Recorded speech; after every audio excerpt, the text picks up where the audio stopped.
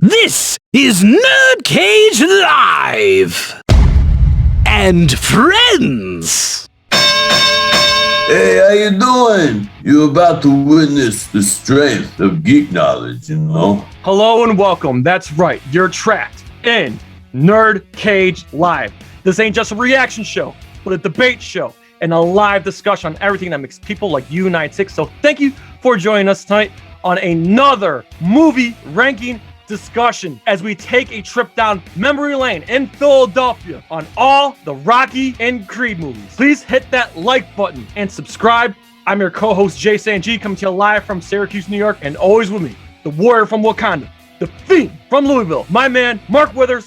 What's shaking? Hey, what's going on, man? Super excited to be here as usual. And yes, I am beyond thrilled to be a part of this ranking video, as the Rocky franchise is one of my favorites. And what better way to do that than to welcome our guest hosts, Davis Mado, aka Titangoji, and of course, Brian Napolitano from Monstrosities. How you guys doing tonight? I must break you. I had to throw it in there somehow. We're already tossing out the Ivan Drago threats, huh? Okay. Yeah. I see how it is. The gloves are off, you know? Yeah. My ring is outside.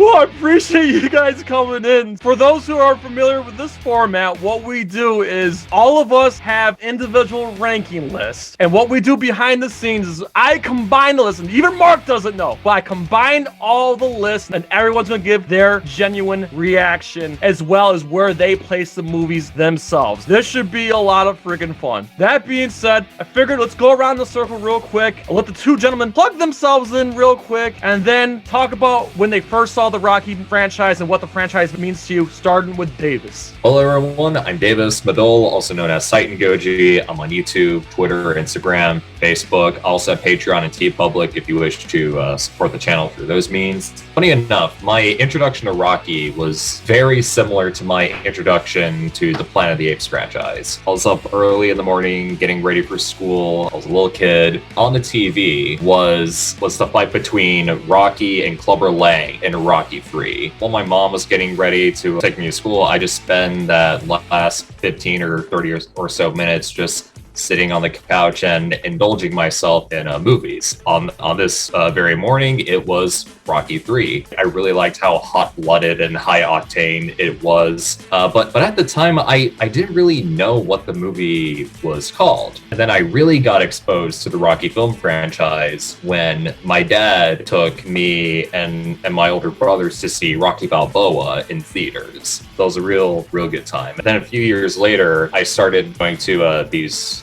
training camps to get ready for like high school athletics and whatnot. Well, I was in my last years of elementary and throughout middle school. And at every one of those camps I would go to, the head guy who'd always run it, he'd tell everyone to watch all the Rocky movies because of like just how important they are, how influential they have become as years went by. First year of this training camp, after day one, I asked my dad, hey, what do you know about this Rocky series? And I was in for a treat. I was in for a treat, and the rest is history. Brian, I'm dying to hear what your take is. Go ahead, man. I am also a huge fan of this whole series, really. Even the not highly regarded one, I still love watching them. It was a genuine treat to go back and watch all of them again for this retrospective. My first Rocky movie I ever saw actually was Rocky 4, which was awesome because that movie has like 6 montages to it, including the No Easy Way Out montage, which basically catches you up on the previous 3 movies. I would see like images of Clubber Lang and I'm like, he fights Mr. T? And I'm like, what is happening there? And oh my God, the trainer dies? And like, all this stuff's happening. And I'm like, I have to go back and watch these other ones. So ever since then, I was so excited to watch Rocky movies to the point where shortly after getting into them, I had my dad go out to Sports Authority and get me a punching bag and some gloves that we hung up in the garage. Probably not the best purchase I've ever made, but it was fun. Mark, you're the elder statesman, and you're the only one here that was basically around when the first one came out, so I'm dying to hear your history with the franchise for sure. Yeah, I'm the only fossil here. So The first Rocky movie actually came out in 1976 when I was 5 years old. And while I didn't see that movie in the theater, my first exposure to the franchise was actually the music. That great score by Bill Conti. The main theme basically ran on like regular FM radio for a while. It actually charted and was playing on popular like radio stations for a while. So I was hearing it, not really knowing that it was a part of a movie. It actually wasn't until I was a little bit older and Rocky 3 came out that I got to see him battle Mr. T. And Mr. T was a big deal at that time. We'd never seen anybody like him. And to see these two guys just duke it out, and with that great Eye of the Tiger song behind them, you know what I mean? Like, and that being the song of that summer, that really just like made such a huge impression on me that I became a Rocky fan instantly, went back and watched the first two, watched Rocky 4 in a theater, watched Rocky 5 in a theater, and I've just been a huge fan ever since. As for me, and I'm going to echo all three gentlemen here, it was Rocky 3 that caught my attention. It was Rocky 3 that got me hooked. I remember seeing a commercial on TBS, and they show, sometimes they show like short snippets of films or whatever, you know, like movies for guys who like movies, Rocky 3. Oh, I remember that. Sorry.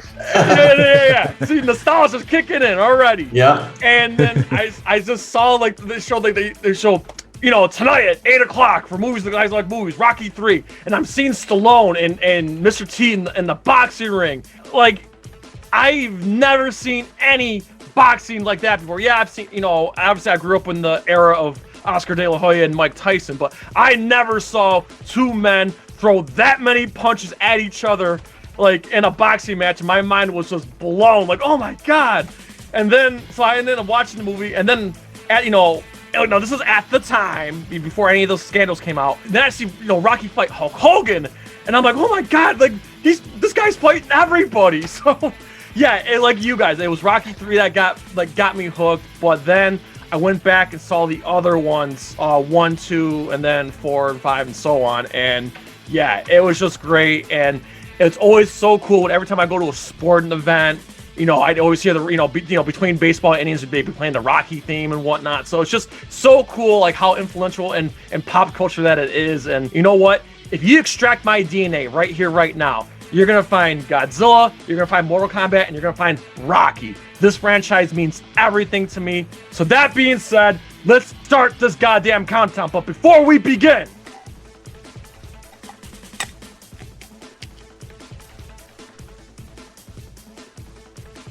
oh, you got the one-handed crack too. Oh, nice. Let's go! I just want to say Rocky did 6, so can we expect 5 more from you? Yeah, well, where are the other 5? I No need to go buy mercy. more eggs. And I totally got some yolk on my keyboard. that didn't happen in that's Rocky. eggs. Yeah. Oh no, I got yolk on my keyboard, Adrian. You got like a paper towel or something. At number 8, Rocky 5. Davis, go ahead. I wanted to like Rocky 5. I will say, Rocky 4, it leaves you on this high, and going to 5, it feels totally different. Like you basically go from Rocky ending the Cold War to Paulie fucked up somehow.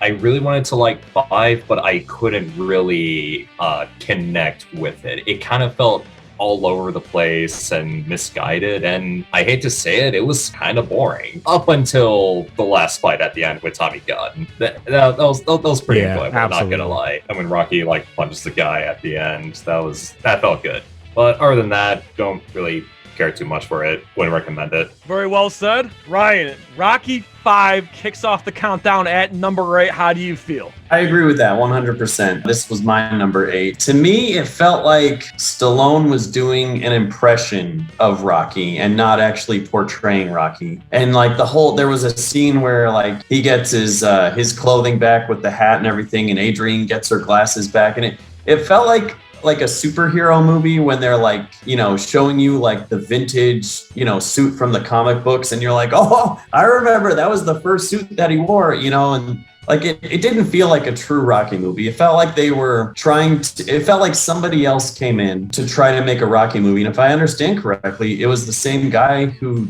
worked on the first or something. Yep. Erwin Winkler. Yeah.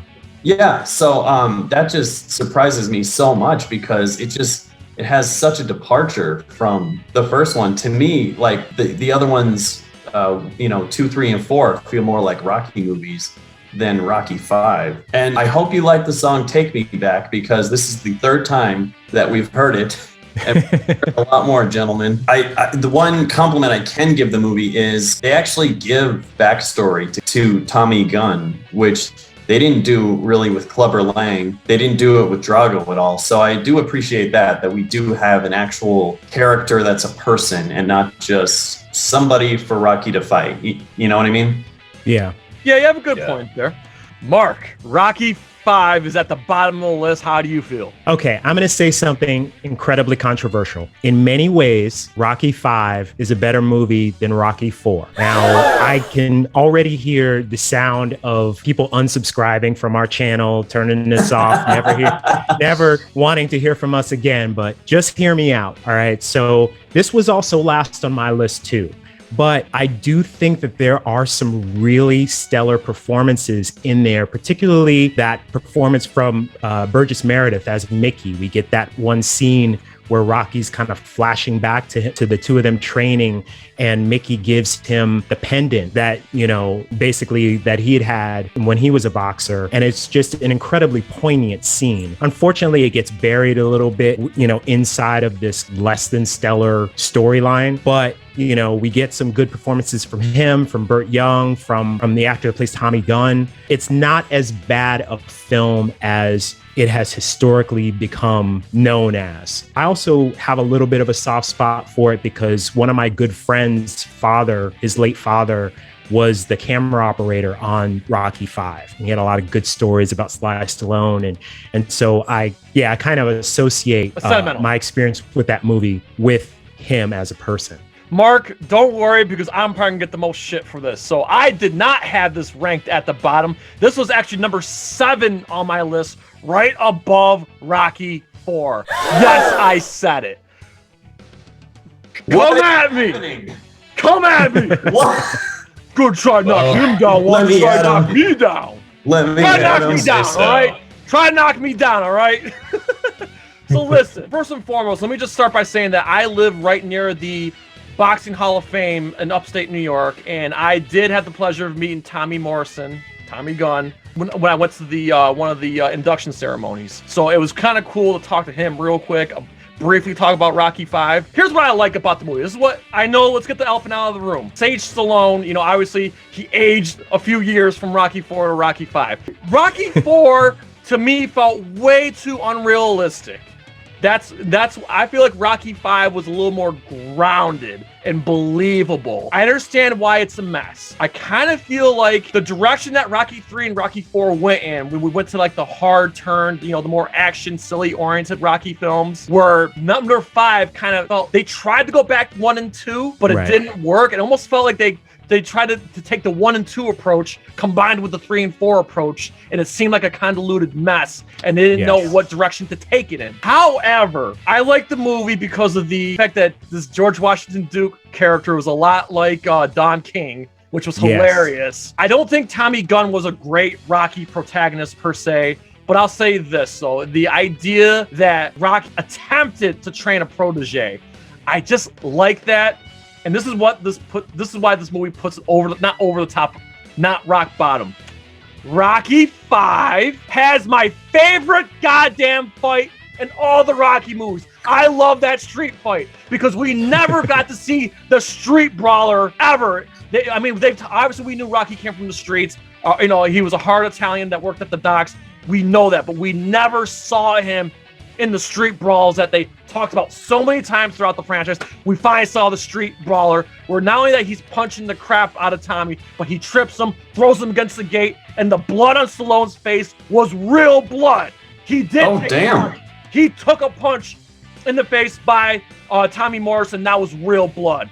I got appreciation for Rocky 5. I have a soft spot for it. I'm sorry, it's not the bottom of the list. Come at me. You know what? I Though? back it. Even though it's at the bottom of my list, I still enjoyed watching it. You know, Yeah. It wasn't like a chore to get through. I can respect that. Yeah, and like Yeah. this is a great franchise. This is like a not a bad movie. This is just not as strong as the other ones in the franchise. That's all. It's just, you know. I would agree with that 100%. Oh yeah, it's not a terrible movie by any means. At the very least, it's competent. I just found it a little misguided. Yeah, fun fact- and I'd also like to mention that this is one of the very few Rocky movies where there's an actual consequence to him fighting long term. Now, we see in Rocky 2 that he loses a little bit of his eyesight, but in Rocky 5, you see permanent damage, after the fight with Drago. There's an actual result. And he's not just this sort of infallible hero, this impervious hero. We actually see that dark side of boxing that comes with taking a beating in the ring. And I think that doesn't really get talked about enough. Another thing I did like about Rocky 5 was the opening scene where you do see Rocky sitting down. He's looking at his hands. Adrian's all like excited and whatnot. And he's like, "Oh, Adrian, I can't stop shaking my hands." Right. Like, it hit. It sets the tone as this is not going to be as silly and over the top as Rocky 4. It's going to be a lot more serious, which I do like that. And I'll just say this too, that fun fact, the movie was supposed to end with Rocky dying, and I'm glad that didn't happen. Before we move on here, the movie now is a little hard for me to watch, knowing that Sage Stallone passed away about a decade ago. Obviously Burgess Meredith's not around. And of course, as everybody knows, if you're familiar with boxing, Tommy Morrison did die of AIDS. That's why he was kicked out of boxing because of that. So it's kind of hard to watch knowing that, half the main cast is no longer with us. And that's not the reason why I don't have it at the rock bottom. I felt like this one was more believable than the previous entry in the series. At number 7, Rocky 4. Go ahead. This was also number 7 on my list. Rocky 4. What is there to say? Like, there are fun movies, and then there are movies that just have way too much fun. Rocky 4 is a movie that has way too much fun, but I also love that it's very self-aware of what it is, especially coming out after Rocky 3. That aside, I love the music in Rocky 4, like Fire, No Easy Way Out, just great music choices. And the montages are pretty amazing. And also Drago, Ivan Drago himself, like, he's not as developed as, say, Apollo or Tommy Gunn, but Dolph Lundgren really killed that role, and he didn't really do a whole lot. That just kind of lets you know, like, how much of a presence Dolph Lundgren has as an actor. And that's truly a testament to that. Drago was definitely a force to be reckoned with. Other than that, Robot was a little silly. I love the robot. Happy birthday, Out Polly. of here. Like, what? That's understandable. Rocky 4, I really enjoy it. I know it's not great, but my God, it's so much fun. One last thing, my ranking might change after the director's cut. That's coming out next week at the time of this recording. Yes. So I'm looking forward to that. So Brian, Rocky 4 is at number 7. Give me your thoughts, man. Rocky 4, aka Rocky the Musical. I mean, it has how many music numbers in this movie? I think Davis put it perfectly. It's just a fun movie. The writing is like, it's not a very well written movie. It's basically, they got together and said, like, okay, how can we make just a fun movie that just kicks ass? You know what I mean? That robot, I'm sorry, Mark, I hate it. 5 minutes into the movie, and I'm like, oh, sorry, I can't stand the kid either. If the big scary man was trying to hit me, like, shut the up, like, no. I'm sorry. I think the kid's worse than the robot. Also, I'm kind of torn because I love Drago, but tell me 2 things about him other than he's Russian. You can't. The whole 2000 PSI punch thing is that would literally break Rocky's skull. What is the point of that? I get they're trying to make him, super powerful, but like, come on. I mean, it's a little bit much. Well, it's because the writing said so. Yeah, because the script Plot says armor. so. Yeah. And speaking of bad writing, literally in the same scene, you have Drago's wife saying, "You have this belief that we are so very cruel, like, oh, we're not that cruel." And then later on, Drago, in front of a dying Apollo, says, "If he dies, he dies." So like, it's literally just minutes away. So yeah, not the best writing, but this movie does have a soft spot for me because it was my first Rocky movie, was my introduction to Rocky. Definitely one of those, it's the perfect turn your brain off and eat your popcorn and enjoy yourself movies. Just, my God, 80s. It's like the 80s threw up on this movie. Mark Withers, the Rocky movie that ended the Cold War is at number 7. How do you feel, my friend? This was also number 7 on my list. I'm going to agree a lot with B-Nap on this in terms of it being like one long music video. I grew up in the 80s, saw this in the theater, and my very first impression is the same as it is now, which is that it was essentially a collection of music videos with just a little bit of acting in between. I enjoyed it a lot more as a kid than I do now for all the same reasons that you mentioned, Brian. But that said, there are some great performances in there, including Dolph Lundgren. I think that if you look at the intention in his eyes when he delivers some of the lines, you'll see a different character than what we've initially thought of Drago. I think that, having done a recent rewatch of the movie, you see sort of a fear in his eyes, a sort of a desperation of not wanting to let his country down, not wanting to let his wife down, but at the same time, not really wanting to hurt Rocky, not really wanting to hurt Apollo, and feeling bad when Apollo dies.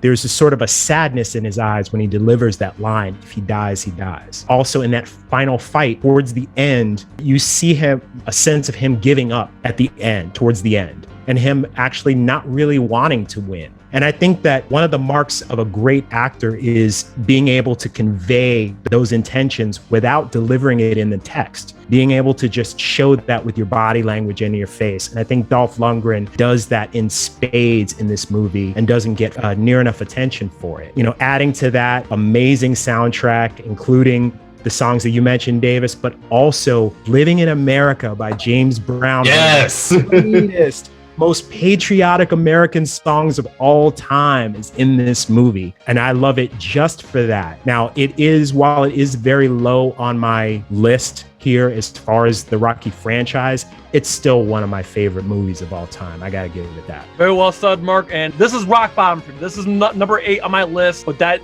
doesn't mean I dislike the film. However, this very well could move up the list after the Rocky IV director's cut comes out next week, at the time of this recording. So I'm definitely looking forward to that. That being said, I want to just repeat some of the stuff I said on the Real Talk podcast episode that we did, Mark. The interesting thing about Rocky IV is the history.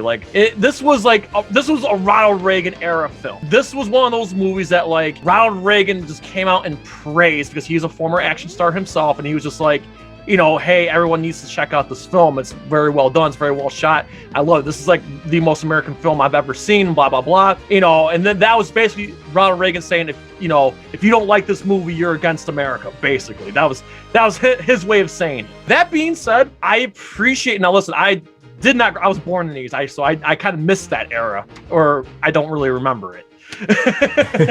So, and I get crap from people all the time, like, oh my God, if only you knew what was going on in our country at the time, yada, yada, yada. I get that. But I look at this movie as a fan of the sweet science, as a fan of the sport of boxing. I watched this movie and I just can't believe any of it. There's no way, no how, going 15 rounds, which they don't do anymore, by the way. Go 15 rounds with a man that size taking that kind of punishment. Oh my God, it's a war. He just wrestled Drago to the... That doesn't happen in boxing. That would have been disqualified so early. But it was a non-sanctioned fight, Jay. Still. But I will say this, and shout out to the Real Talk Movie Podcast. They said if this was a real fight on pay-per-view, you got your money's worth. They're absolutely right. But I just can't believe this movie at all. As far as Apollo dying, that part I believe, because that was an over-the-hill Apollo that had no business being in the ring, so on and so forth. And yes, there has been boxers that die in the ring. In fact, it's happened recently. So I can believe that. It's just that final fight I just cannot comprehend. And like I said, it will be very interesting to see what Stallone does differently this time through. Again, it may be at the bottom of my list, but I don't outright dislike this movie at all. It's a fun movie. I just can't suspend my belief at all. Oh yeah, totally get where you're coming from with that. Like, both times Ivan Drago fights, and they didn't even bother to test him for PEDs. Yeah. I don't understand still why Apollo wanted to fight Drago. I mean, I get like he wants to remain, relevant, but he had been retired at that point for a while. Why was he really retired? Too soon. Mark, you have a really great fan theory. You got a couple fan theories. Can you just dish those out real quick? Dark fan theory first is that he... All right, I probably shouldn't say this. now you got to. Yeah. But this would have been around the time that he would have found out about Adonis. And he couldn't tell Marianne, so he had to go out one way or another. So that's one fan theory. That is... Yeah. Wow.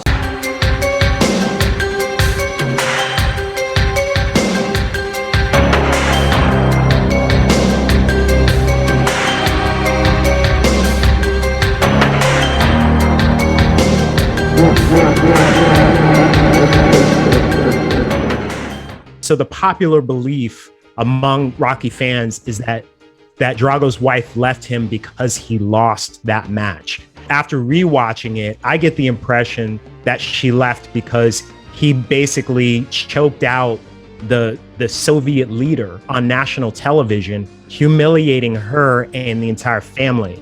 And so in order for her to sort of save her standing, within the Soviet Union, she would, and save her reputation, she probably would have had to leave. Yeah, no, it's not a bad one. And then just real quick, okay, let me just throw in one positive. One thing, I think my favorite part of this movie, and I feel like no one talks about this enough, I love Apollo's us against them speech that he says to Rocky when they're watching the old tape. I love that, because I just love how it's just, it's us against them. We can't just flip a switch, and then he's like, well, I don't want to change you. I don't want you to change either. I like who we are. I don't care. I love that. I just love that speech that Apollo gives to Rocky and then convinces Rocky. And then he goes, well, what are we going to do after the fact? Hey, we'll think of something else. So, again, great performance from Carl Weathers. And yeah, I absolutely... That is such like an Apollo Creed thing to say too, isn't it? Yeah, absolutely. And of course, living in America. I work out to that song, dude. Like, it's badass. I go around the gym. I go around the gym like I'm Apollo Creed, Do you tip your cap also with your boxing gloves on? It's like the Rocky greatest hits soundtrack, and pretty much every song from Rocky 4 is on that soundtrack. Rocky the musical, you're right. All right, now we're gonna have some problems on this list now. All right, at number 6, and I'm disappointed in all you guys.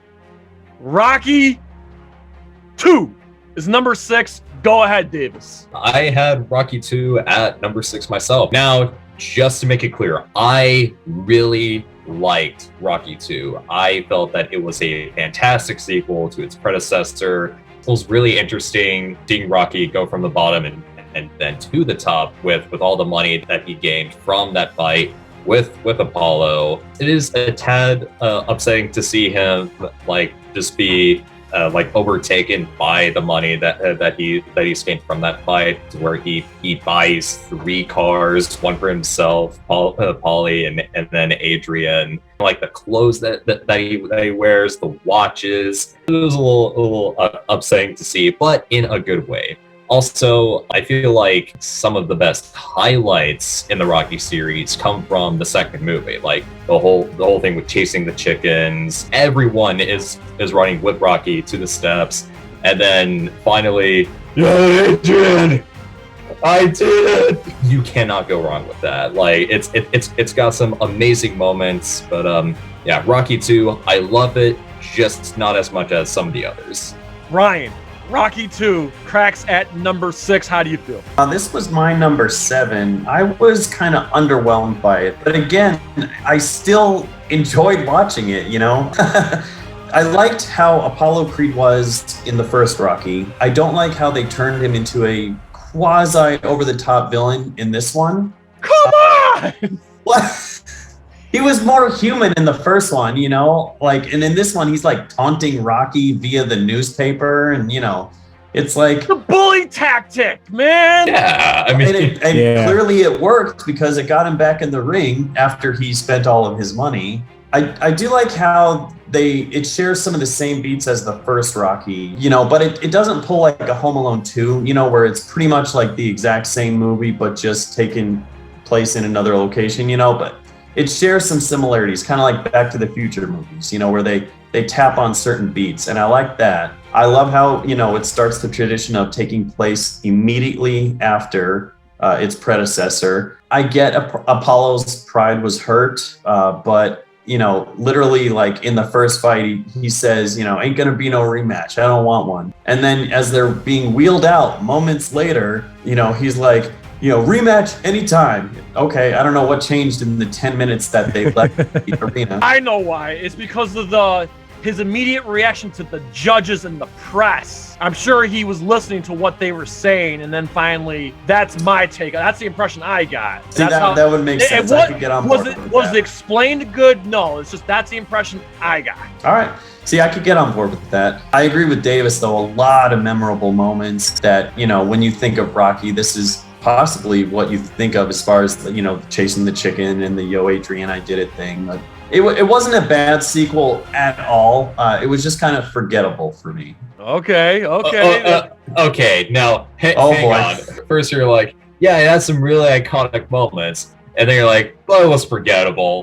I don't remember anything than those 3 moments. When I was rewatching this, there was so much of this movie I completely forgot about, including the fact that Adrian goes into a coma. Like, that's a huge thing, and I completely forgot about that. All I remembered was, you know, chasing the chicken. He's got to go right-handed, and then he's going to switch it up for the last, like, second and a half of the fight for some reason. Overall, like I said, it was just, most of the movie, I was just kind of underwhelmed by it, but it was still a decent watch. Mark Withers, we got Rocky 2 at number 6. Go ahead. So I actually have this at number 5. And I really enjoyed this movie, especially after watching them sort of consecutively, you know, this past week.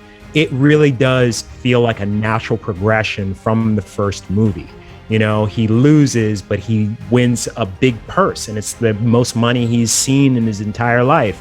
And so if you are a person who's had next to nothing your whole life, and all of a sudden you have all of this money, the first thing you're going to do is spend it like crazy. It's going to burn a hole in your pocket, and that's exactly what happened. You know, and they showed that, and they showed the sort of internal struggle that Apollo was having in terms of his ego. And, you know, like he doesn't, even though he won technically, like something within him tells him that he didn't really win, and he needs to prove that he's actually the better fighter, not just to everybody else, but he needs to prove that to himself. There's some really good character development there, some really good story there. There are a few moments there that I'd kind of forgotten about, you know, seeing it as a kid versus now.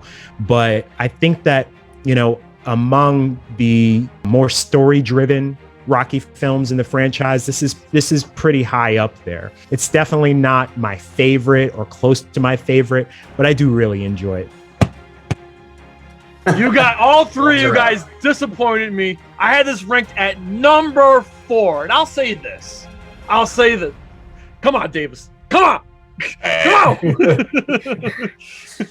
Listen, I'll say this right here, right now. The older I get, okay, I'm about to turn 35. The older I get, the more I love this movie, because seeing Rocky struggle, everything that Mark just talked about, seeing Rocky struggle with everything, with his finances and everything going on in his life, like I have experienced and felt similar struggle. So I know when we watch movies, we want escapism, but sometimes we love these movies because we can relate to characters. And I feel like this is the movie I can relate to the most, because seeing Rocky struggle, finding work, doing jobs that he's not normally used to doing, strikes a nerve for me. And that's why I really love this movie. This movie gave me some of my favorite dialogue ever. I'm just going to rip through some one-liners here. Okay, one of my favorite scenes. Shout out to Burgess Meredith. Obviously rest in peace, but what a phenomenal actor he was. I love the fact that Rocky's watching TV and Apollo's doing the bully tactic, saying, "Wherever you are, Rocky, let's do this again. You're a bum. This, and that." And he's watching, and he's bouncing the ball. He's like kind of pissed off watching the TV. And then Burgess Meredith just flips out after the fact that he said, "Hey, let's test that eye of yours." Okay. So after the fact that he said, "Hey, you got the heart, kid," but he ain't got the tools no more. But anyway, fast forward. He races out of his chair after seeing the news the news story. Okay, pounds on Rocky's door. Doesn't even say, "Hey, did you watch the TV?" or "Hey, how you doing, Rock?" No, he just says, "I say we ought to knock his block off." Absolutely. Yes. Another great line right at the beginning of the movie, and this is what makes boxing, the sport of boxing, so great. "I don't care what those judges say. This is the man that won the fight." That is a great line. Yeah. And then, of course, "You're gonna eat lightning and you're gonna crap thunder." Oh God, just there's so much greatness in this. This movie just bleeds greatness, man. I just love everything about this movie, man. And the thing I can appreciate too, this is not a sequel to Rocky 1. This is a continuation. It's not a sequel. Yes. It's Rocky 3 is a sequel. This is a continuation. And I just love it. It just flows perfectly from 1 to 2. It doesn't feel like another movie. This feels like an extended version of the first one. I just absolutely love it. And shout out to Duke. Another scene I love about this movie. "Hey, I won, but I didn't beat him." And then he goes, Apollo goes, Duke, tell me something. Be honest with me. Did I win that fight? I saw you beat that man. I've never seen a man get beaten before.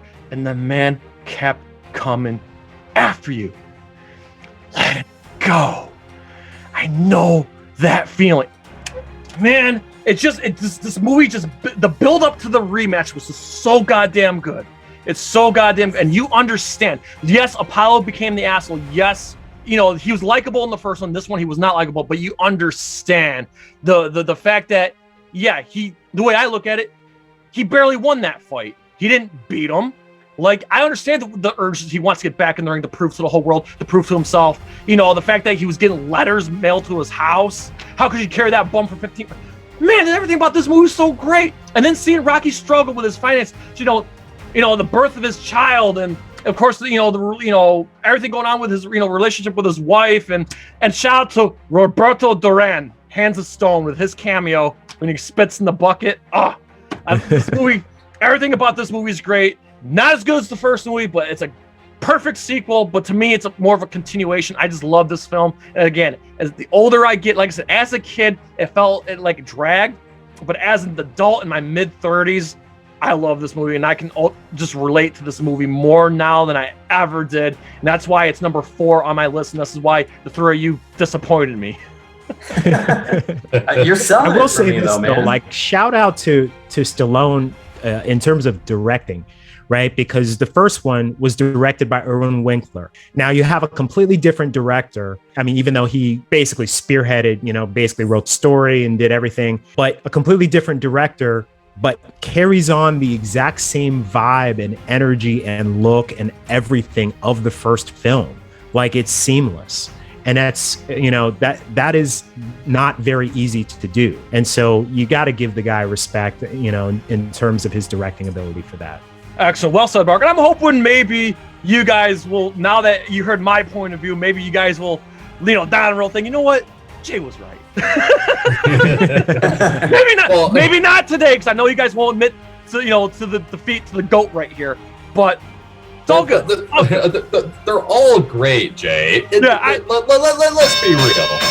It's not easy ranking the Rocky movies. This is Agreed. It's a Sophie's choice for sure. Yes, absolutely. That being said, moving down this list at number 5, Creed 2. Go ahead, Davis. I actually had Creed 2 at number 3 on my list. I really liked this one, and I feel like you can't talk about Creed 2 without talking about Creed 1. Now, I just want to say, with all these like franchise revivals that have been booty sauce like Star Wars, so unforgettable like Star Trek, you have Creed, which still carries the same heart and soul and just overall spirit that the Rocky movies had, which is a testament to how timeless this film franchise is. As for Creed 2, I feel like it does a really good job keeping that spirit alive. And it's also heartbreaking just seeing like what happens to Adonis in this movie. And it's also very inspiring and uplifting just to see his rise towards the end. It was truly wonderful, and also really like the tension between Rocky and Drago, like in that movie. There's also that deleted scene where they fight in the hospital, but honestly, I'm glad that they cut that out. Like there was no reason for that. Like whenever those two shared a scene together, like you feel very anxious. Like you don't know what's going to happen because you know there's serious beef between those two, and the way they pulled that off was excellent. And of course, Sylvester Stallone, like he's still got it as Rocky, but Dolph Lundgren as Ivan Drago in this one, man, I honestly I felt bad for him. I really did. You really get a sense that he is a man who lost everything after the events of Rocky IV. Creed 2, fantastic sequel, part of a fantastic revival of a timeless film franchise. Excellent, well said.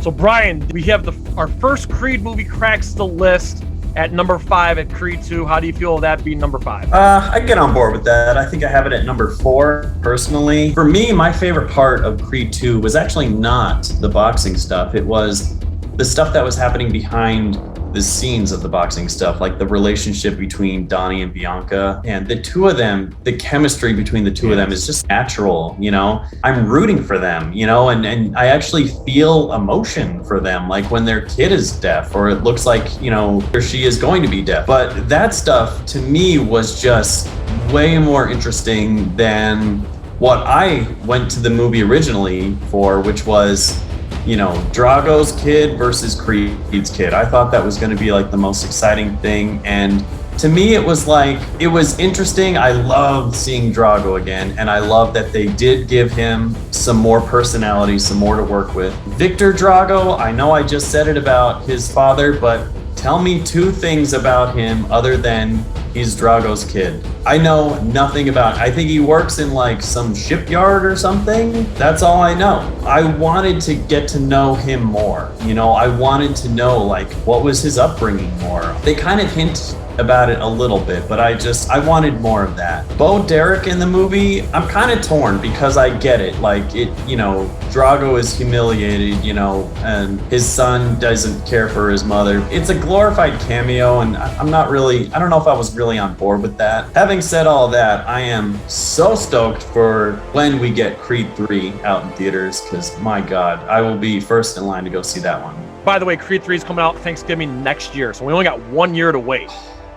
1 year to wait. So, yes. Mark, Creed 2 at number 5. What do you got, man? I actually have this at number 6, not because I dislike this movie, but I just don't love it as much as some of the other Rocky/Creed movies in the franchise. I do think that Stephen Cable Jr. did a great job directing it. There's some awesome performances in it. It actually has one of my favorite lines of the entire franchise, which is, you know, in the scene where Rocky and Adonis are sort of arguing about whether or not he should actually take the fight. And Rocky explains to him that that man broke things in me that have never been fixed, which is a callback to the beginning of Rocky 5 and why he no longer is a fighter, why he could no longer carry on his boxing career. And I just thought that that was a really powerful and smart line to put in that movie to sort of set the tone, set the explanation for why Rocky is so against Donnie taking this fight and the dangers of that fight. I also think that we finally get more insight into Marianne, which we haven't seen really in any of the other films. I think that Sylvia Meals did a great job in the early Rocky movies, but Felicia Rashad, man, what can you say about her? She's a dynamite actress, and she provides the mother, you see more from her point of view, like her worrying about what's going to happen to him and like, should he even be fighting at all? And that kind of thing. I don't think that gets enough praise. There's a lot to like in this movie, but there's not enough in the movie for me to rank it higher than 6. I actually had this ranked exactly as the official list. I had this at number 5. Just want to give a quick shout out here. Interesting fact when they filmed this movie. The first fight between Adonis and Victor Drago was at the Barclays Center in Brooklyn. When they filmed that scene, that was the same night that Deontay the Bronze Bomber Wilder fought Luis King Kong Ortiz in their first fight. So when they had that fight at the Barclays Center, Stallone and the film crew, they actually filmed the audience before that main event, so to capture for this movie. Just wanted to share that. The beauty of this movie, though, from a storytelling perspective, I love the fact that they humanized Drago, where in Rocky 4, he was this big, goofy cartoon character. He was like David said earlier, he was just a Russian, This time they humanized him. He talked about his struggle, how he lost everything, how he blames Rocky for, everything he lost. And to combat what Brian said earlier, where he said, well, what about Victor? I just love the one line that Ivan says to Rocky in the restaurant, which is one of my favorite scenes, by the way. He says, "My son, all he knows." I love that dialogue. He just explained, that is pretty badass. I trained my son from the jump, and that all he knows is, hurting people. From a technical aspect, I want to say something. I loved what they did, and I wish they did it more. Okay, so going back to Creed 1, they had the beautiful one-shot fight. This movie did something pretty cool too, and I wish they did it more. In that first fight at the Barclays Center, there was a point of view where they showed Victor punching Adonis, and then they actually showed like the point of view where he was actually punching the camera.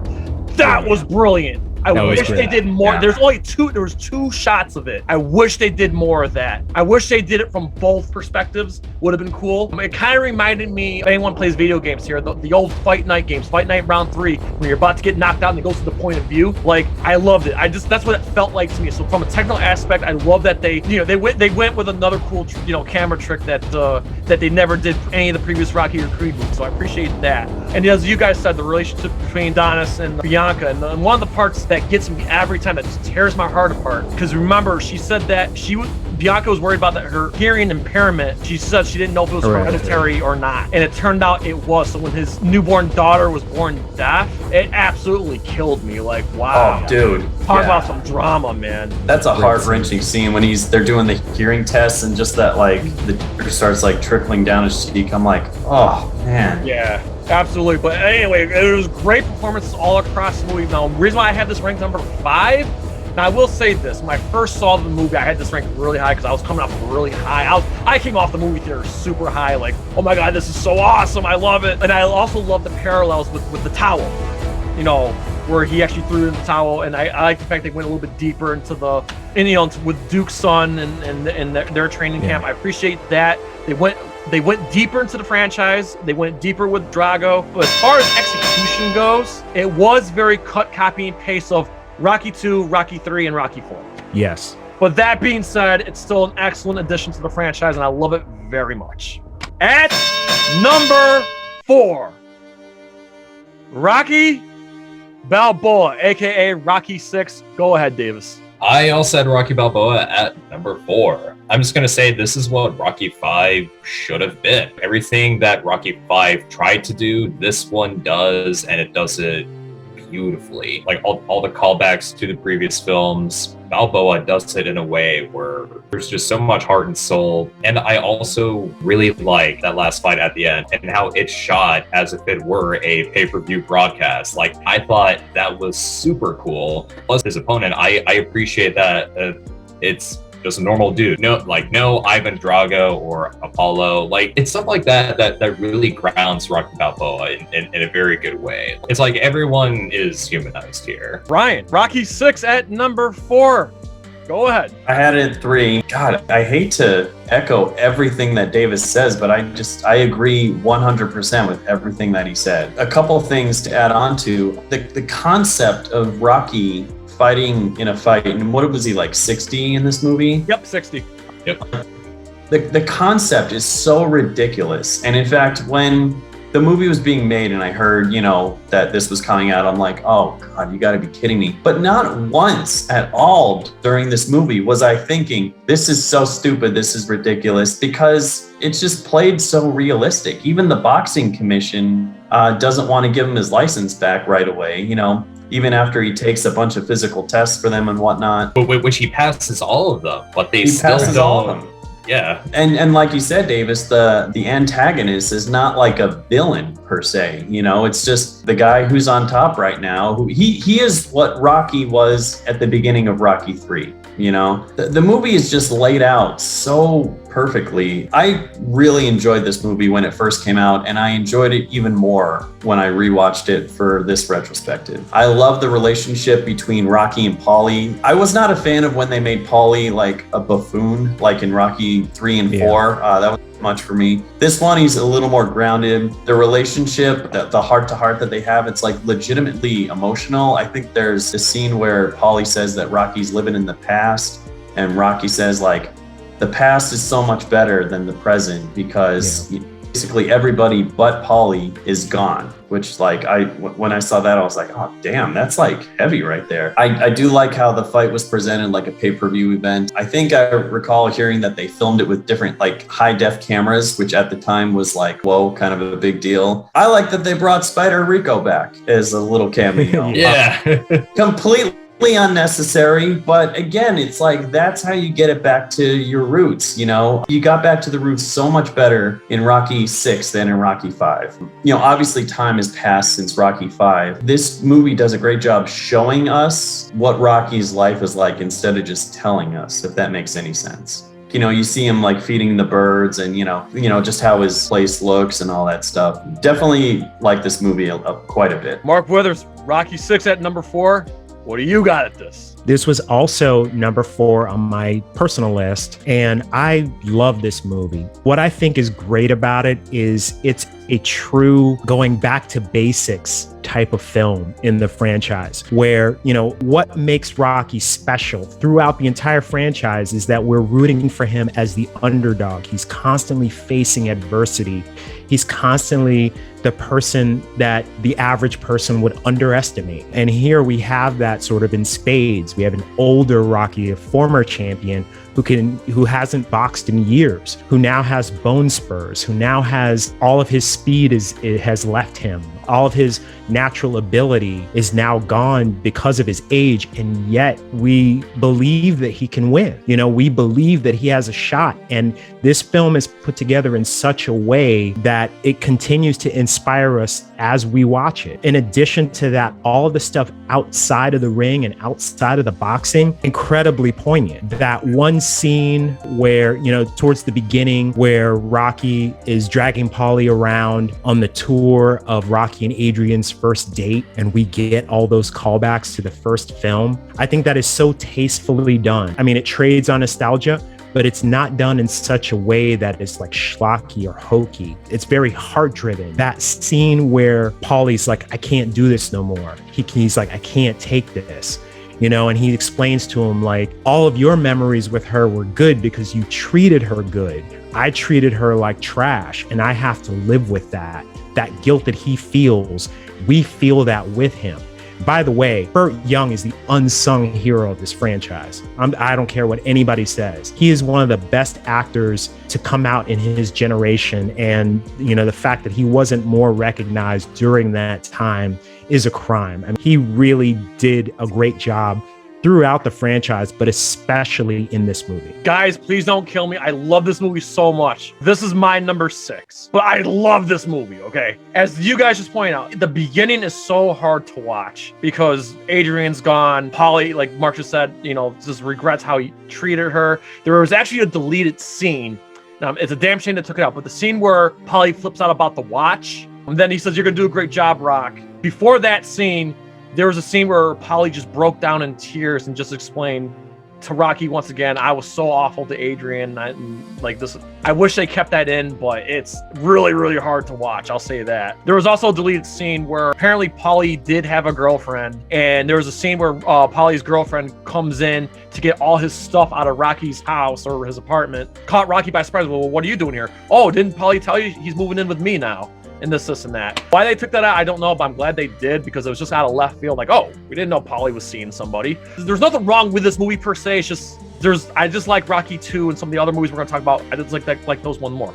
But what I will say this movie has the best monologue of all time. If you want to get yourself amped up, man, it's not about how you take the hit. It's about taking the hit and keep going forward. Like, not about how hard you hit. Yes. And then I just love at the very end where he just says to his son, "Hey, don't forget to visit your mother." Like, that's another part that tugs at the heartstrings. It's little moments like that, like forget to visit your mother that are like, God, so much heart is in this movie, And shout out to Stallone because this was his career comeback. Because after the crap that was driven in 2002, Stallone said, "I'm done making movies." What better way to come back to the world of acting, to bring back Rocky, to bring in his own studio, his own production, behind the camera, on the camera, producing and writing, once again, reviving the franchise. And you know what? Just like David said, this is what Rocky 5 should have been. And also, I love the cameos. Skip Bayless, Mike Tyson. He was a jerk in that movie. Yes, Mike Tyson. Antonio Tarver was a great villain, even though Dave was kind of right. He's not really a villain, or what Mark said. He's just the guy at the top. And that's the point of his character. Yeah, and I met Antonio Tarver at the Boxing Hall of Fame. Cool dude. And, we talked a little bit about Rocky 6 as well. So it was cool that they used a real boxer, kind of like they did in Rocky 5. They used a real boxer to shoehorn into the movie. That was really cool. And of course, shout out to Max Kellerman, who's more famous than ever now. At the time, he worked for HBO with Jim Lampley. It was cool seeing him in this, a young Max Kellerman nonetheless. But here's my favorite thing about this movie. I feel like nobody talks about it enough. Besides that great monologue, this movie had my favorite ending. He just walks the away. He didn't care what the judges, he didn't care about the results. He did what he had to do. He got all that out of his system. He actually landed the last punch before the bell rung. He went out the way he had to go out. And I also love the fact that before that last round, where his son goes, he's like, Dad, there's nothing more to prove. There's nothing more to prove. You've done great. After the fact, he struggled with his son. That's another thing. The fact that he was struggling, his relationship with his son, that's another thing that really gets to me too. And I put myself in that situation. If my mom, for the record, both my parents are still alive, but if my mom were to go first, like, how my dad and I would be. And this movie kind of makes me think that way. Right. And shout out to Milo Ventimiglia in that. Yes. You know what I mean? Like, very young Milo Ventimiglia from This Is Us and from Heroes. This was probably the first time he was ever on my radar as Rocky Jr.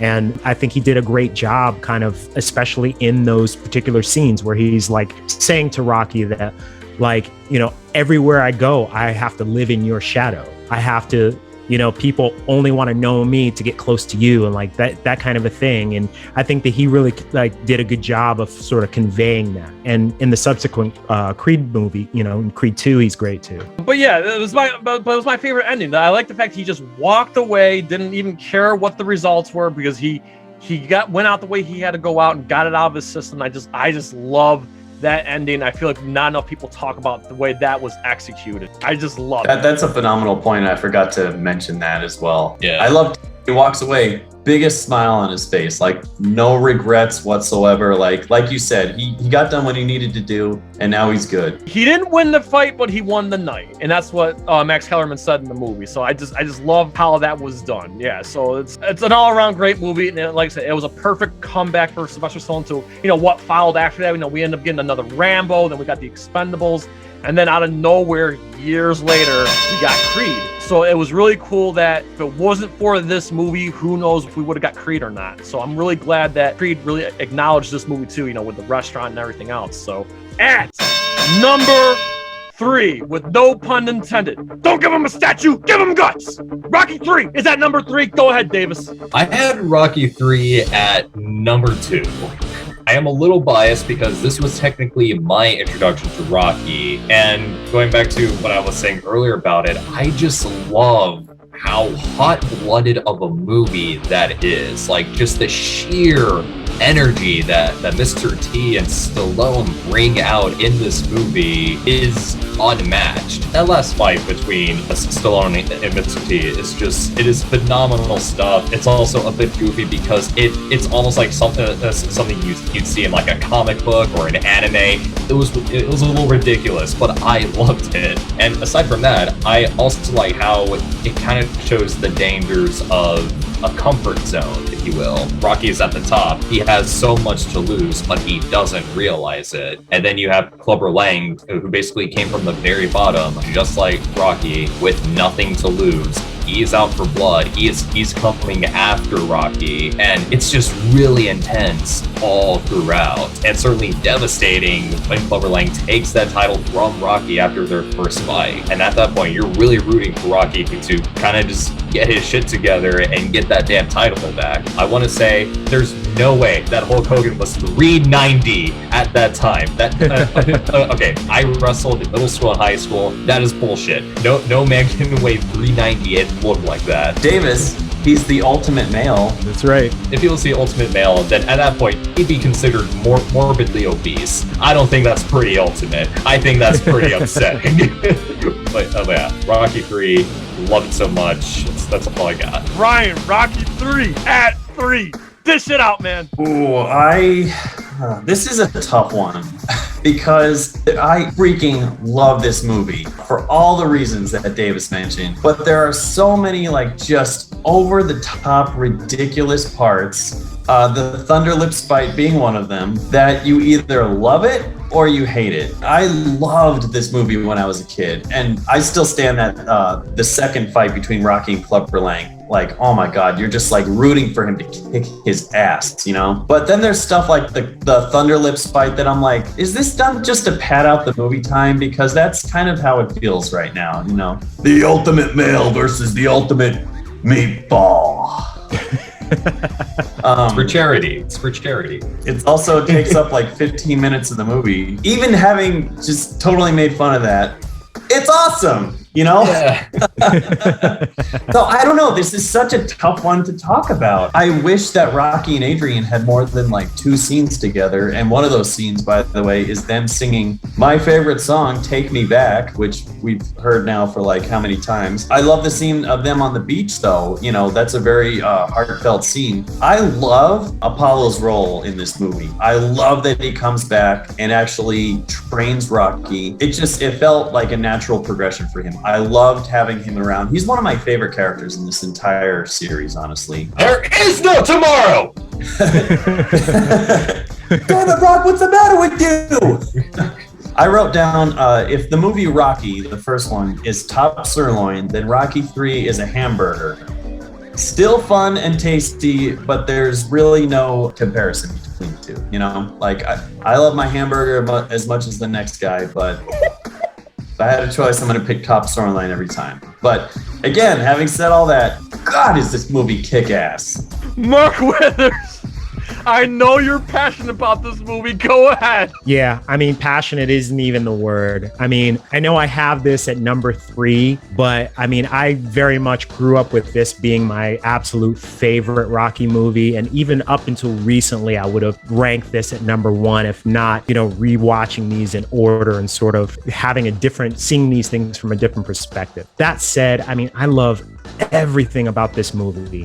I love Mr. T in this. He just gives like a completely electrifying performance. Just the sheer energy, you know, as Davis said, the way that he conveys animosity. And even like his trash talk game is off the charts. Like, you know, when he's being interviewed and a guy's like, the upcoming challenge, the upcoming rematch, he's like, oh, there is no challenge because Rocky is no challenge, but I'll gladly beat up on him some more. You know, like just crazy, you know what I mean? Like just so much fun to watch him. But in addition to that, one of the main reasons why I love this movie is because it's the same reason that I love Superman 2, right? It asks the question, what happens to Superman when he loses his powers, right? Like who is he without that, right?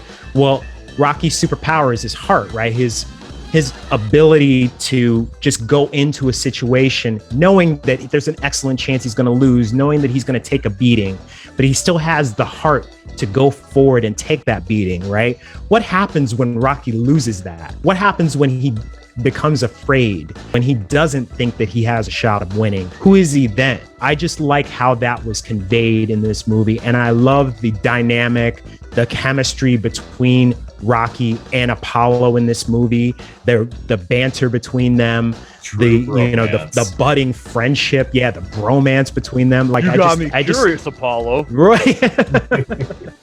Yay! You got me curious. Wow. Okay. Anyway, I mean, there's just so much to love about this movie, notwithstanding the running theme song of the movie, Eye of the Tiger. It's a perennial masterpiece as far as I'm concerned, and I'll just end on that. Very well said. I'm in agreement with everybody here. This is my number 3. This is a movie, you eat a steak, and you're like ready to take on the world, man. It's like, this is a shot of adrenaline. Look, as much as I love the approach of the first 2 movies, and how dramatic they are, and how relatable they are, and how much I love them, the hard left turn that the franchise took in number 3 was for the better. I don't care what anybody says. Like Mark said earlier, it was the 80s. That was the time. And you know what? I'm so glad that they did. What the third movie did for the franchise was for the better. Now, Brian, I have to come at you for a minute. The Hulk Hogan fight. All right. It's very common today, and it was common back then too, where a boxer took on a wrestler for charity or for an exhibition. Muhammad Ali did it. Floyd Mayweather did it. Just recently, Tyson Fury did it. Silly as it seems, seen, you know, Rocky and Thunder lifts. It happens a lot, and I love it. Especially when he's just like, hey, how come they're carrying him? He's walking. How much do you think he eats? About 202 pounds. Weighing 202 pounds. And then, of course, run for your life! I've seen guys so bigger than dinosaurs. and then Paulie, hey, Rocco, remember the neighborhood! I love that the movie goes hard on the comedy element, because there's so much. Not that, don't worry about it, all the movies have a sense of humor, but this one goes hard into that humor, and I love it. Now, I will say this. As a fan of the Sweet Science, everything about this movie is realistic when it comes to boxing, except the actual fights. Because the amount of punches that are exchanged in every round is about the same amount of punches you'll see in an entire fight, if that, okay? With that being said, it's still freaking awesome, because it's like you see these 2 superhuman beings just beating the crap in both fights, and it's just so, it's such an adrenaline rush, and I love it. And I also like the fact that the second fight is in real time. It's 3 rounds, but it's in real time, whereas the other ones was kind of like a, you know, they cut. Go ahead, Brian, what's up? No, I was just going to say, that is a very solid point. I think this might be the only Rocky fight that we get in real time, right? All the other ones that were montage? Yeah. And I like the fact that there was a strategy. Apollo had, well, actually Mickey did too, but he didn't well, obviously he had the heart attack, but you know, Mick said, hey, he's like, hey, Rock, take this guy to 15 rounds. This guy's never been in 15 rounds before. Wear him down. Don't go toe to toe. And he's right. But Apollo was right too. He's like, let's train for 7 rounds. Put him away early. You gotta put him away early, because you can't stay in the ring with a man with that ridiculous amount of power and speed. There's no way any man can go 15 rounds with this guy, because eventually he's gonna land one, and he's gonna knock you in. He's gonna knock you in tomorrow. I love that Mick had a strategy and Apollo had a strategy, and I love how it was executed, and the training. But I like the fact that this movie kind of broke the race barrier a little bit, because Apollo taught Rocky, how to fight defensive, how to use your distance, use your speed, which is typically what a black fighter, nowadays, it's what black fighters are best at. I like the fact that Rocky's like, a big bumbling, he's got no strategy. He just comes forward, where Apollo says, you know what, you're going to use your speed, you're going to use your leg, and you're going to counter, So that's what I really love, that like the movie really goes hard on like explaining boxing styles. Styles make fights and strategy. Right. I love how they really, really went in with that. Apollo showing his way, his training, his gym in Los Angeles, where he came from. The Eye of the Tiger. Like this movie, dynamite. This movie is just like, this is fun. This is a movie you hang with your buddies and like, you eat your steak and whatever. Like this is a man's movie through and through. So much to love about this movie, everything. I mean, and again, I feel like this is the best paced Rocky film because it's such a fun watch. It's like, and of course, I also appreciate the opening montage, where, Rocky's famous now and he's had 10 defense, which is impressive. I know he fought bums, but to defend your title 10 times is really impressive because not many fighters have done that. There's that hungry warrior that's out for blood, it's out to get you, and who better than Mr. T? And we go on and on about this movie, but I think this is appropriate placed, but I will say this is the most rewatchable Rocky movie. I would agree with that 100%. Yes, me too. Drum roll, please. At number 2, Creed. Go ahead, Davis. I had the first Creed at number 5. However, I still really love this movie. Like I said earlier, Creed was a fantastic revival of the Rocky franchise, especially when compared to Rocky Balboa. Rocky Balboa was a great sort of quote-unquote conclusion to the Rocky movies. It was a great bookend, but Creed was a fantastic revival coming off of that bookend. Very much like what I said about Creed 2 and Rocky Balboa, the fact that it still has the spirit of the Rocky movies, however many decades later, that is a testament to the quality, the effort, all the blood, sweat, and tears that was poured into this grand story that's lasted for so long. It's absolutely timeless. It's a movie where you really, really root for Adonis and what he goes through in that movie. It's really inspiring seeing him try to make a name for himself. And it was also wonderful seeing Sylvester Stallone again as Rocky, which again, he kills it. He's still just as good as he was. The only difference is the age. Ryan, Creed, that number 2. What do you got? When I started watching the movies for this retrospective, I just fully expected that the original Rocky was going to be my number 1 pick. I had always loved Creed, but then I watched it and I'm like, I gotta say, this is my favorite of the entire series. I'm not saying anything negative about Rocky. Obviously, I love that movie. I love the character of Adonis Creed. Michael B. Jordan, holy fuck. I love how he's fueled by anger. He's not a perfect fighter either. He gets hit a lot, but he's also got some really quick moves. And by the way, the punches in this movie look real. This is the one I took the least amount of notes on because I was literally just watching it the entire time. That one take fight, oh my God. I remember seeing that in theaters and I was just like, how are they doing this? Like, it still is one of the best scenes I've ever seen in a movie, period. I love the scene of when Adonis is watching the old Rocky versus Apollo fight and he's like turned and like fighting his father. He's fueled by his anger. And you finally get in the last fight there that, he doesn't want to be seen as a mistake. And just like, man, that's so deep, like, oh. And that's really why I rated this movie above Rocky is because every time I watch this movie, I feel something right in there. Love Rocky, but I don't feel as much emotion as I do with this one. Even the antagonist is written well. He's fighting so that way he can be with his family and he doesn't go to prison. That works for me. The role of Rocky becoming the trainer now, it feels so natural, and I love seeing him in that role. I want to go, as soon as we're done with this, I want to go watch it again. Like, that's how much. Mark Withers, we got Creed at number 2. This could have gone either way because these last 3 are really, really close in the ranks. But how do you feel Creed being at number 2? Man, I truly adore this movie. It's a true Sophie's choice for me between this and the first Rocky, especially since Ryan Coogler is one of my favorite directors. Michael B. Jordan is one of my favorite actors.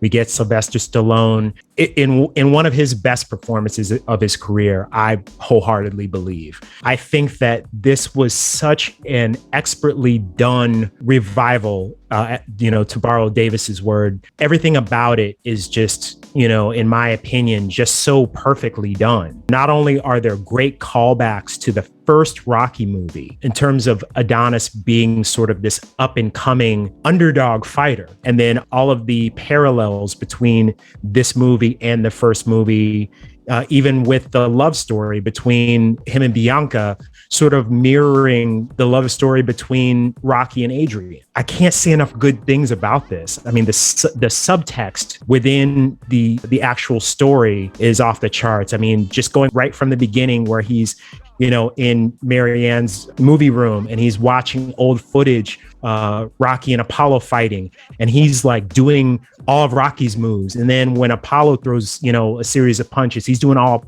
of Apollo's moves. And that to me kind of says, okay, these are these 2 great giants, and here's the next generation of that. And he's about to step into the footsteps of these 2 great men. When Rocky gives Donnie Apollo's shorts, right? On the front, it says Creed, and on the back, it says Johnson, right? Johnson represents the life that was behind him. Creed represents the life that is in front of him, the life that he's about to have. I mean, I just think the writing in this was so well done, so well thought out. They really crossed every T, dotted every I here. And I would be so hard pressed to pick this and the first Rocky movie. And it only ended up as number 2, really on a coin toss. Very well said. This also my number 2. I will say this, Creed, no cap, was the best movie of the 2010s, and I stick with that no matter what. What really does it for me, what makes this movie so great, and it was one of my favorite movies of all time,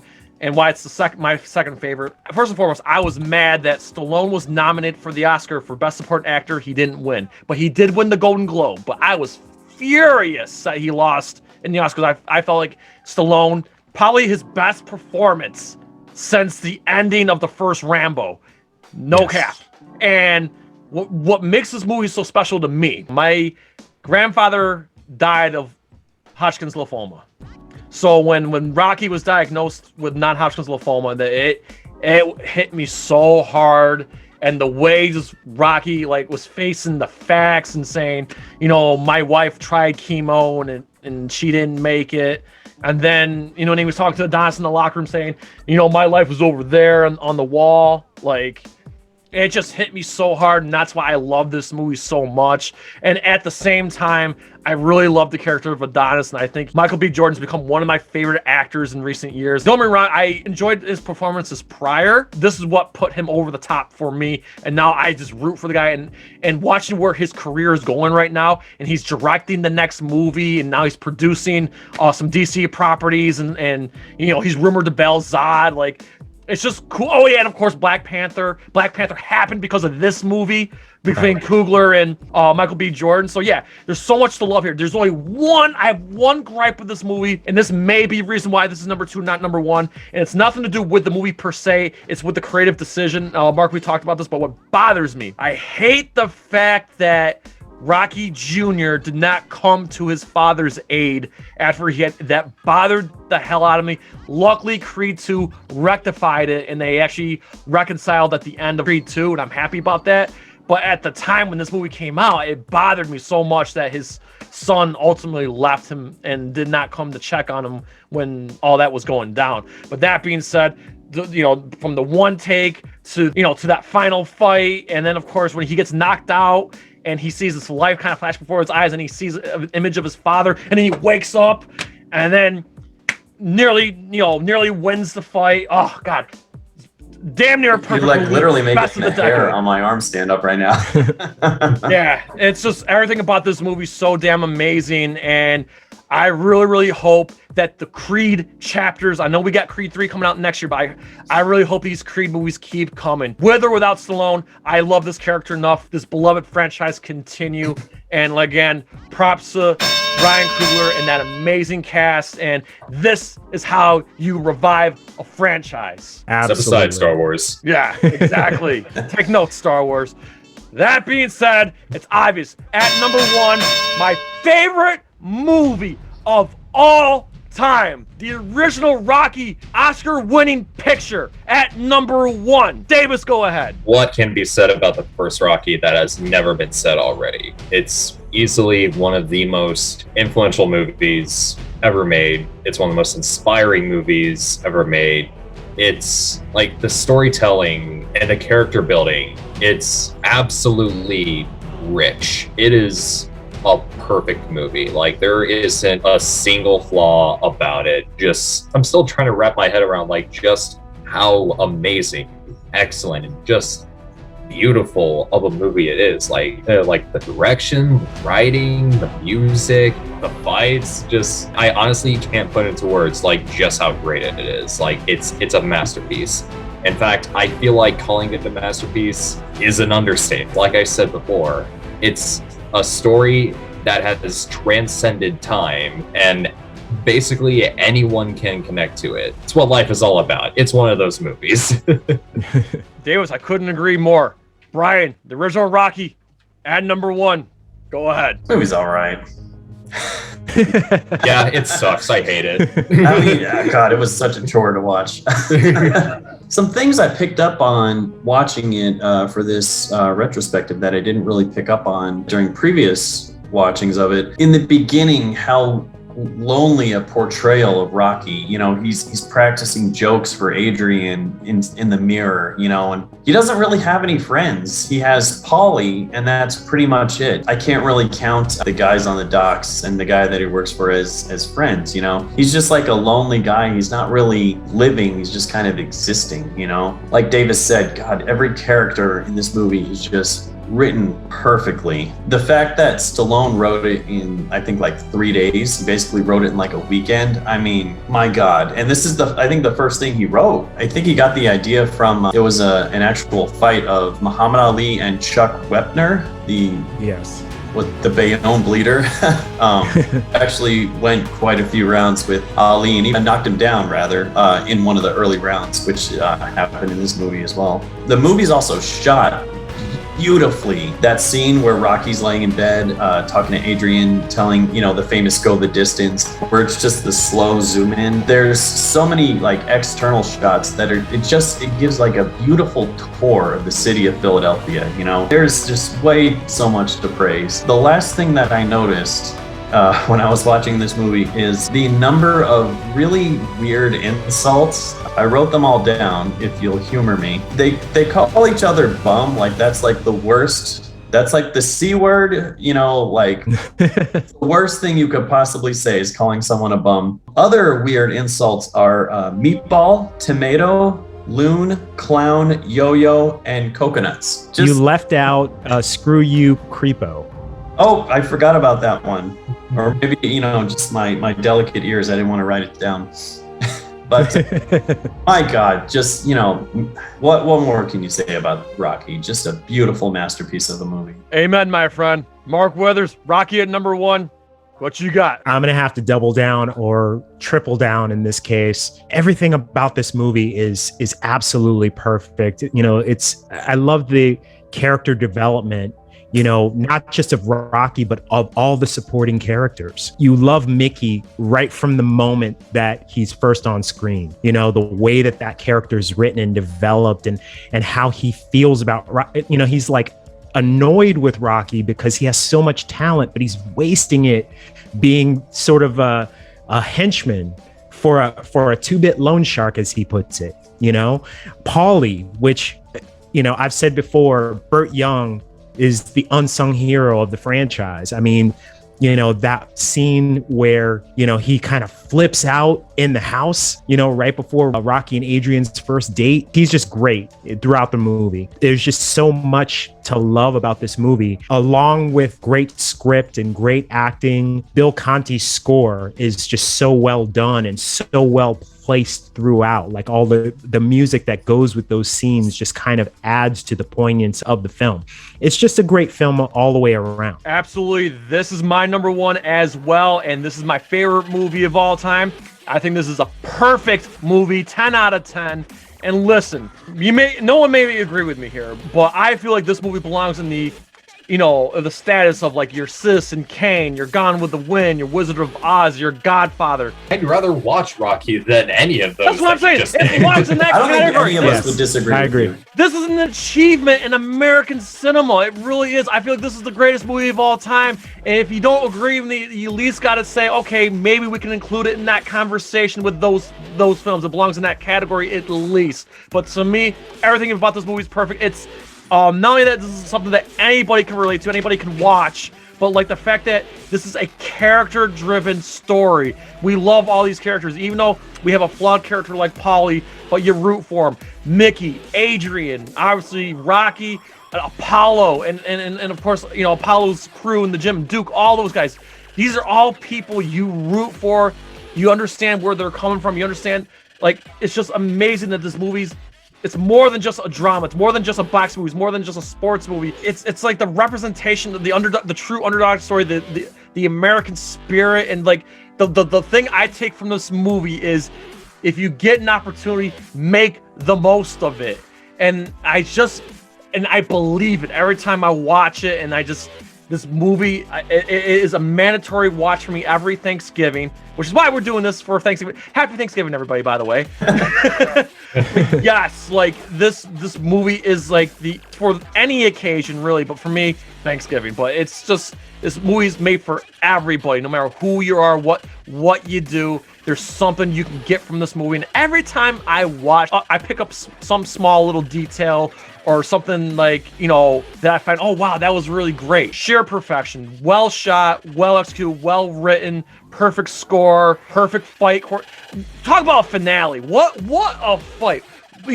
Another thing, too, is like, I believe Apollo Creed was the best one. I believe that he was Muhammad Ali. I believe that Apollo Creed's the heavyweight champ. And you're just rooting for this guy, this underdog. He gets this rare opportunity to go toe-to-toe with this guy. And when you feel that first knockdown and everybody in the bar is like jumping in excitement, well, I jump in excitement too. That's how this movie makes me feel.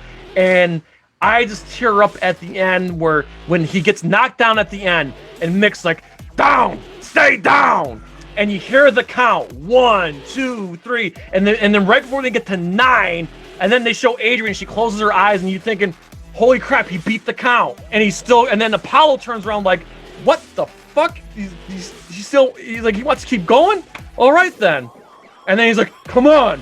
And then he busts him up in the ribs again. And I love that final round, where Duke's just like, he's like, hey, you're coughing blood, champ. I'm stopping this fight. Burn, no, stop, no, nothing. And then Rocky's in his court. Cut me, Mick. I can't see anything out of my eye. Right when he gets ready for that final run, stop this fight and I'll kill you. And he goes out the way he goes out, and Apollo's saved by the bell. And of course, he don't care about the results.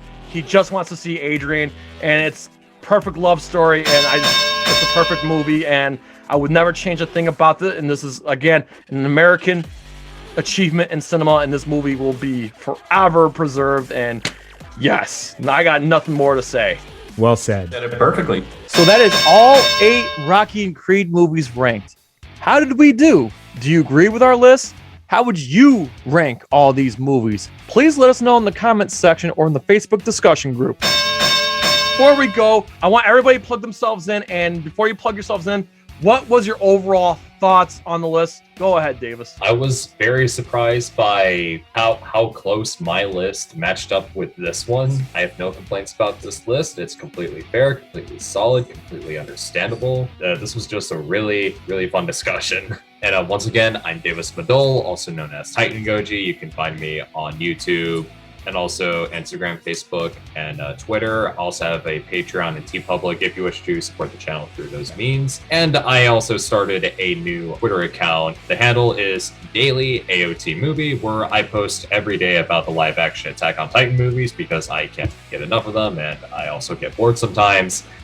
So feel free to follow that as well. The ranks pretty much were exactly what I thought they would be. And I mean that in a good way. I know that me personally, some of my picks were kind of not where the typical ranks were, but I know that's just a me thing. This was an absolute blast to do with you guys. Any chance I get to watch the Rocky movies, count me in. But it's always fun to do these things with you guys, so I appreciate you having me back on here. As far as where you guys can see me when I'm not on NerdCage Live, if you want to see some older stuff, like some Godzilla reviews, you can catch me at Monstrosities with Matt Burkett. Recently, I've been doing some reactions with Willdband on his channel, so I guess you can see me on either of those. I don't have a channel of my own, though. I just kind of, I leech off of others. And that's why we love you, man. We love what you bring to the table, and absolute joy working with you. Mark Withers, we finally got you on a discussion panel. So how'd you feel about the discussion, and what'd you think of the list, man? I can't be mad at the results at all. I mean, even the worst Rocky movie, in my opinion, is better than quite a few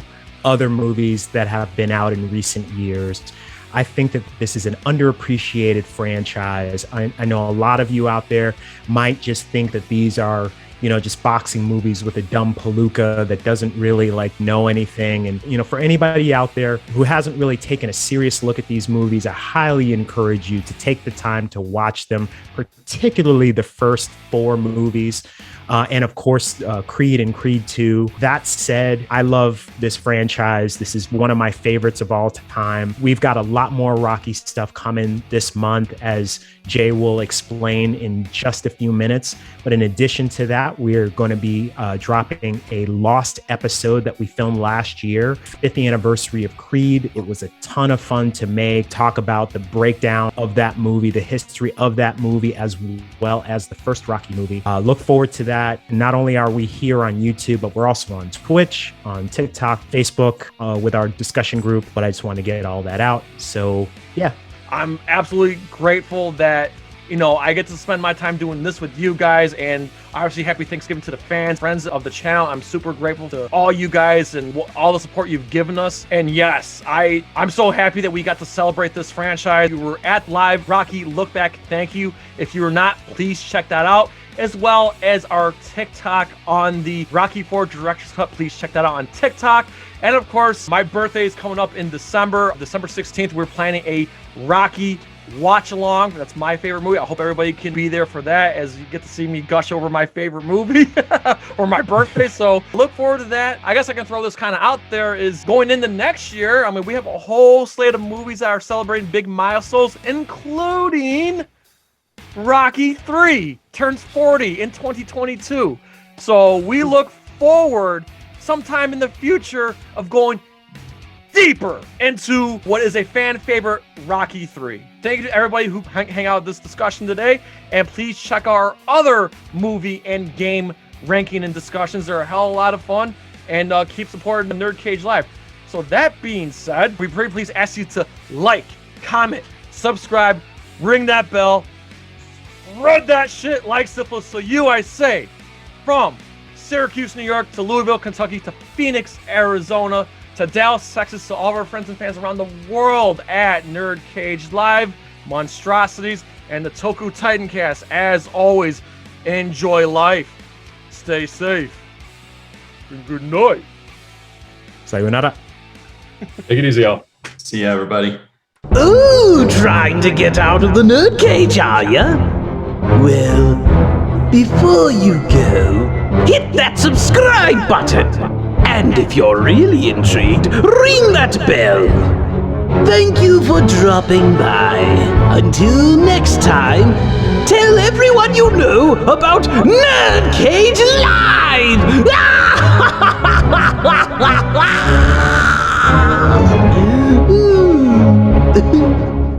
Sirloin, then Rocky 3 is a hamburger. Still fun and tasty, but there's really no comparison between the two. You know, like I love my hamburger as much as the next guy, but if I had a choice, I'm going to pick top sirloin every time. But again, having said all that, God, is this movie kick-ass. I mean, I guess at least he didn't say lasagna and spaghetti or something. Do you want me to say that again with Italian food? No, Garden and you know. oh, God, you kill me, dude. All right.